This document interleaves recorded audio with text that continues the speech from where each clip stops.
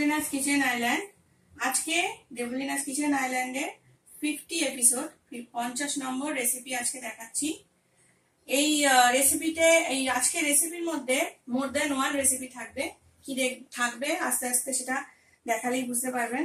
আজকে 50 নম্বর এপিসোড, তার মধ্যে আজকে হচ্ছে Diwali special plus Bhaiphota special, তাই আজকে একটু ডিফারেন্ট রেসিপি হবে। রেসিপির মধ্যে ফার্স্ট থাকছে পান শট বানাচ্ছি, সেটা রিফ্রেশিং একটা ড্রিঙ্কস, সেটা বানাবার জন্য লাগছে এখানে পানের মিঠা পাতা আছে, এখানে এটা হচ্ছে মৌরি আর ছোট এলাচকে আমি গুঁড়ো করে সেটাকে একটু ছেঁকে নিয়েছি, কারণ মৌরি পুরোটা গুঁড়ো হতে চায় না, তার থেকে ছেঁকে আমি এখানে হাফ টিস্পুন মতো নিয়েছি। এটা হচ্ছে পানের যে মিষ্টি মশলা থাকে সেই মশলা 1 টেবিল স্পুন আছে। এটা হলো গুলকান্দ, গুলকান্দটাও 1 টেবিল স্পুন আছে। এখানে পানের মধ্যে যে মিষ্টি সবুজ বা হলুদ যেগুলো থাকে ওগুলোর মধ্যে আমি এখানে 1 টিস্পুন নিয়েছি, কিন্তু পুরোটা আমি দেবো না, এখানে প্রয়োজন অনুযায়ী দেবো। আর আছে ভ্যানিলা আইসক্রিম, পুরোটা ভ্যানিলা আইসক্রিমও করা যায়, আমি অল্প দিচ্ছি। আর আছে এখানে দুধ, আর লাগছে চিনি। এটা করার জন্য ফার্স্টে আমি মিক্সার গ্রাইন্ডারের মধ্যে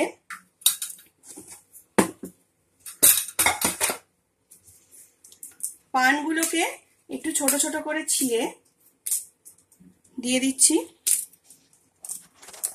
মুখের শক্ত অংশটা আমি কিন্তু ফেলে দিয়েছি।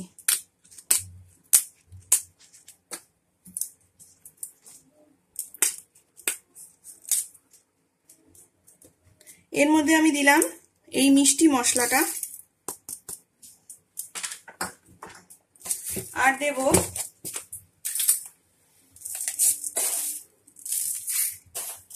2 টেবিল স্পুন সুগার, আর দিচ্ছি এই গুঁড়ো মশলাটা। এইবারে এই জিনিসটাকে আমি ব্লেন্ড করতে দিচ্ছি।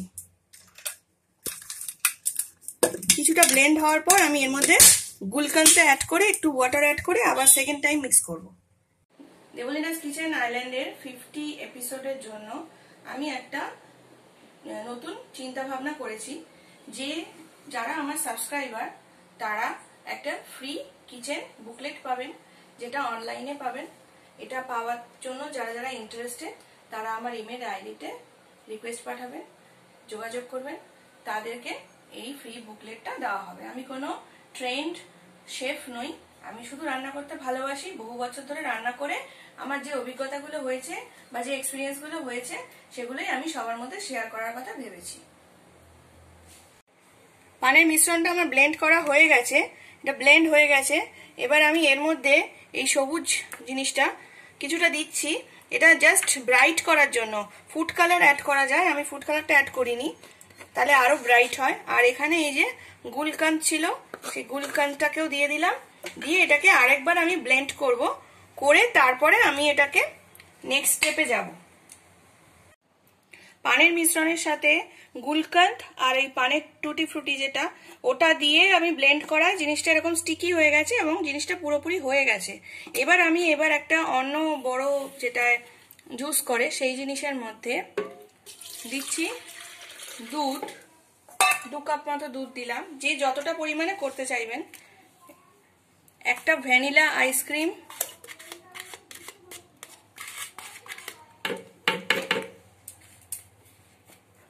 দুটোই দিচ্ছি, ভ্যানিলা আইসক্রিমের টেস্টটা বেশি হয়। এইবার এই মিশ্রণটাও আমি এটা কিন্তু কালেক্ট করে রেখে দেওয়া যায়, পরে প্রয়োজন মতো আবার এরকম ভাবে ব্লেন্ড করে নিলেই হয়। এখানে আমি 2 টেবিল স্পুন দিয়েছি, সুগার আগেই দেওয়া আছে, আমি এখানে আর অ্যাড করছি না। এবার এটাকে আমি আবার ব্লেন্ড করব।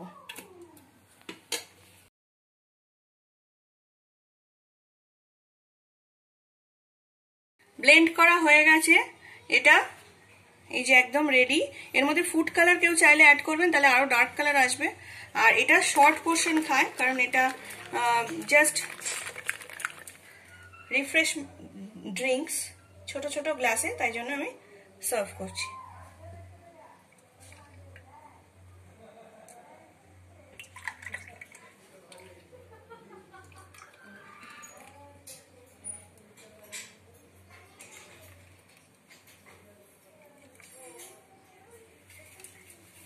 ওপরে আমি ডেকোরেশনের জন্য এই পান মশলাটা অল্প করে ছড়িয়ে দিচ্ছি।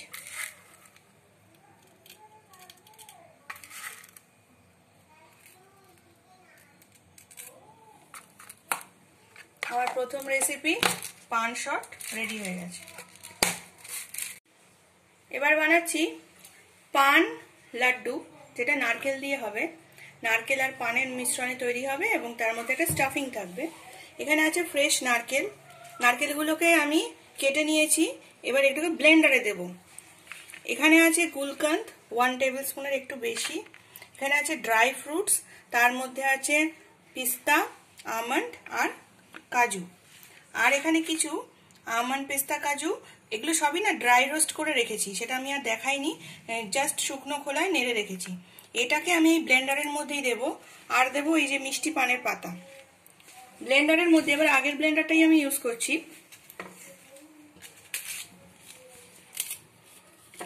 পান পাতাটাকে ছিঁড়ে নিলাম,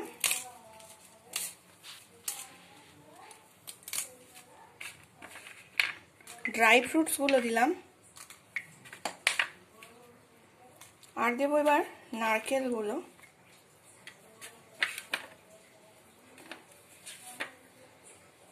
দিয়ে এটাকে আবারও আমি ব্লেন্ড করতে নিয়ে যাচ্ছি। নারকেল, পান আর ড্রাই ফ্রুটস পেস্ট মিক্সড হয়ে চলে এসেছে। এবার আমি এটাকে প্যানে দেব।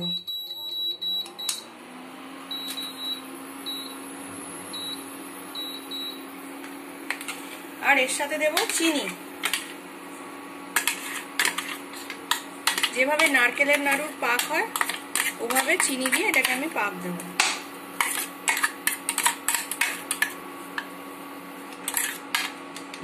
এবার দিচ্ছি আমি এর মধ্যে চিনি।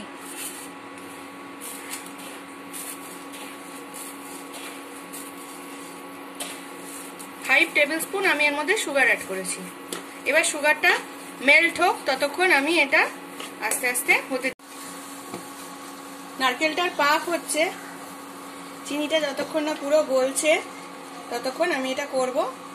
যখন এটার মধ্যে আমি বাইন্ডিং এর জন্য একটু মিল্ক পাউডার দেবো, একটা 10 টাকার প্যাকেট আমি পুরোটাই এর মধ্যে দেব। এই পুরো মিক্সটার মধ্যে আমি একটা 10 টাকার মিল্ক পাউডার অ্যাড করে দিলাম, দিয়ে টেম্পারেচারটা একটু ডাউন করলাম, করে এটাকে আমি আস্তে আস্তে মিক্স করে দেবো, তাতে ক্রিম টেক্সচারটা ভালো আসবে। ইন্ডাকশন আমি অফ করে দিয়েছি, এটা হয়ে গেছে। এবার এটাকে একটু ঠান্ডা হতে দিই, তাতে চিনিতে আট হবে, আটটা হলে তারপরে আমি হাতে ঘি লাগিয়ে তখন আমি নাড়ু পাকাবো। এখন আমি করছি গুলকান্দ ফিরনি। ফিরনি করতে আমাদের ভেজানো চাল লাগে। আমি এখানে দেরাদুন রাইসের চাল 1 ঘন্টা ভিজিয়ে রেখেছিলাম। এবার এটাকে আমি ব্লেন্ডারে ব্লেন্ড করব, একদম স্মুথ নয়, তাতে একটুখানি রাইসের টেক্সচার থাকবে। এটাকে আমি ব্লেন্ড করব। আর লাগছে এখানে গুলকান্দ, আর লাগছে ড্রাই ফ্রুটস, এটা হচ্ছে কেসার, দুধে ভেজানো, চিনি আর দুধ। আমি দুধটাকে গরম হতে বসিয়ে বাকি কাজগুলো এগোচ্ছি। ব্লেন্ডারে আমি 2 টেবিল স্পুন রাইস এখানে চাল নিয়েছি, ভেজানো চাল। এবার আমি এটাকে ব্লেন্ড করব। চালটা আমার ব্লেন্ড করা হয়ে গেছে। এটা দেখে স্মুথ লাগলেও পুরো স্মুথ নয়, এর মধ্যে একটা দানা দানা ভাব রয়েছে। এটাকে মিক্স করার সময় আমি একেবারে ড্রাই হয়ে গেছিল বলে এর মধ্যে 1 হাতা মতন দুধ দিয়ে মিক্স করেছি। দুধটা গরম হয়ে এসেছে, আমি এর মধ্যে কেসারটা দিয়ে দিলাম।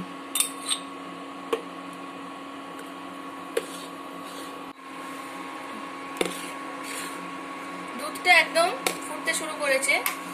এই সময় আমি চালটা অল্প অল্প করে দেবো, এটা কিন্তু বেশি দিলে লাম্প হয়ে যাবে, দিতে হবে আর সমানে নেড়ে যেতে হবে, নাহলে তলায় বসে গিয়ে ওই জায়গায় একদম লাম্প হয়ে যাবে।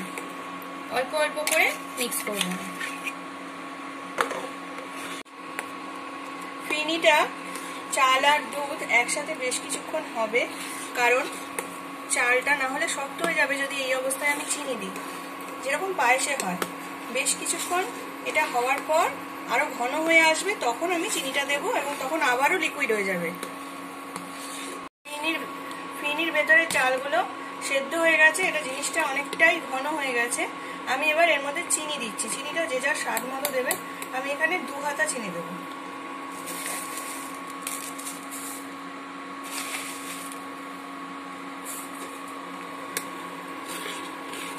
এটা আবারও কিছুক্ষণ ফুটবে, একদম শেষে গুলকান্দ অ্যাড করব।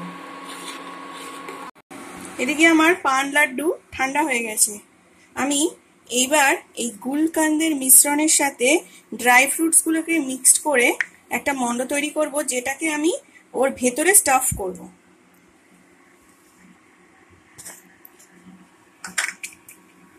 এটাকে আমি হাত দিয়েই করছি।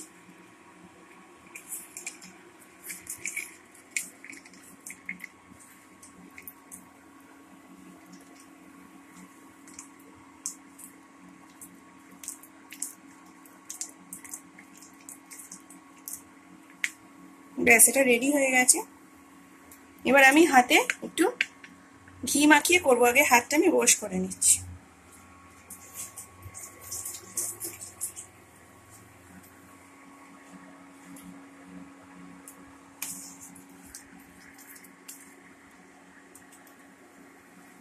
লাড্ডুর জন্য একটা মিশ্রণ আমি তুলে নিলাম, ভেতরে বাটির মতন করে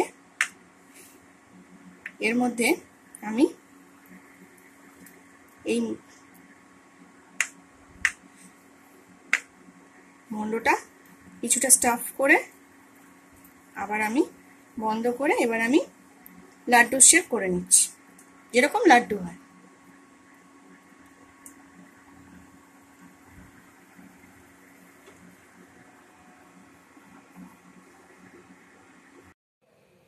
আমার পান লাড্ডু রেডি হয়ে গেছে, Diwali Bhaiphota special plus 50 episode special.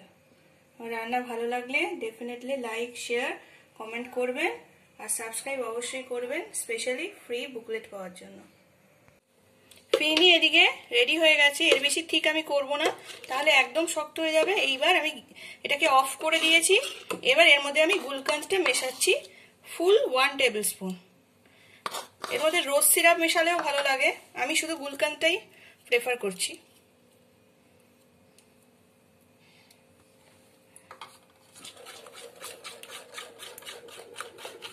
এটা ভালো করে মিশিয়ে নিতে হবে আর একটু স্ট্যান্ডিং টাইমে একটুখানি সেট হতে দিয়ে তারপর আমি ড্রাই ফ্রুটস দিয়ে এটাকে সার্ভ করব। রেডি হয়ে গেছে গুলকান্দ ফিরনি, ট্রাই করে দেখবেন। এর মধ্যে আমি ওপরে ড্রাই ফ্রুটস আর একটুখানি চেরি দিয়ে সাজিয়ে দিয়েছি। আমার 50 এপিসোড পছন্দ হলে লাইক করবেন, শেয়ার করবেন, কমেন্ট করবেন আর সাবস্ক্রাইব করবেন ফ্রি বুকলেট পাওয়ার জন্য। হ্যাপি দিওয়ালি আর শুভ কালী পুজো। আর আমার রেসিপিগুলো ট্রাই করুন, ভাইফোঁটাও ভালো করে এনজয় করুন। আবার আমি নতুন রেসিপি নিয়ে চলে আসবো।